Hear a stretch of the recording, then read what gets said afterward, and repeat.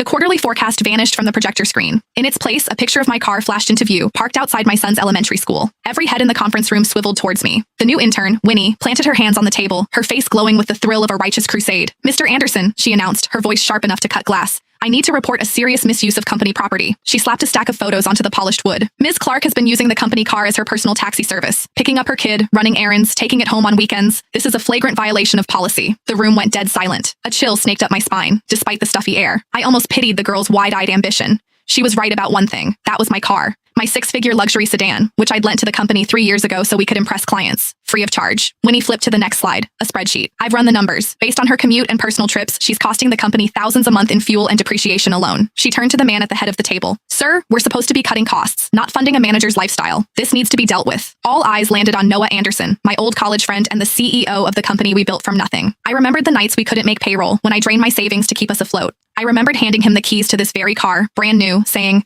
"The company needs this more than I do." He'd used it for 3 years. I'd paid every cent for gas, insurance, and maintenance. I'd even been the one to drive it to the airport for client pickups when our driver was out. Everyone in this room knew it was my car. Trevor from marketing, who just last week borrowed it to take his father to the hospital, was suddenly fascinated by his keyboard. Macy from reception, who took it for joyrides every month, shot me a look of pure disgust. Noah's fingers tapped a slow, deliberate rhythm on the table, his tell when he was weighing his options. He wouldn't meet my gaze. "Ava," his voice was cold, unfamiliar. "Is what Winnie said true?" The air left my lungs. True?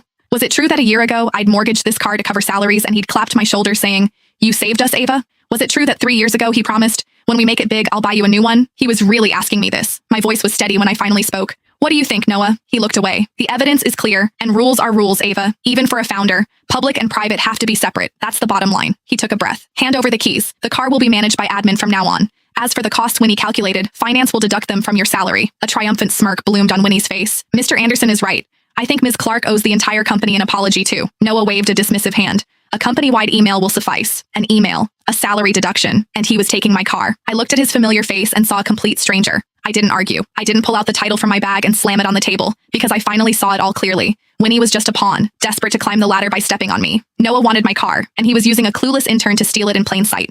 3 years is a long time. Long enough for a lie to feel like the truth, for a gift to be mistaken for an entitlement. I stood, my movements slow and deliberate. I pulled the keys from my bag and set them on the conference table. The metallic clink cut through the silence. "Fine. I accept the decision." My eyes found Noah's, a faint, cold smile touching my lips. "I hope the car continues to bring the company good luck." Noah, who had clearly braced for a fight, let out a slow breath. The tension drained from his shoulders. "Ava, it's for the best. You have to understand, my hands are tied here." Winnie snatched the keys, clutching them like a trophy. "See? If you just cooperated, we wouldn't have had to make this a public spectacle." I gave her a long look, a flicker of pity the only thing I felt. She had no idea what she was holding. She thought she'd just won the battle. In reality, she'd just handed me the match.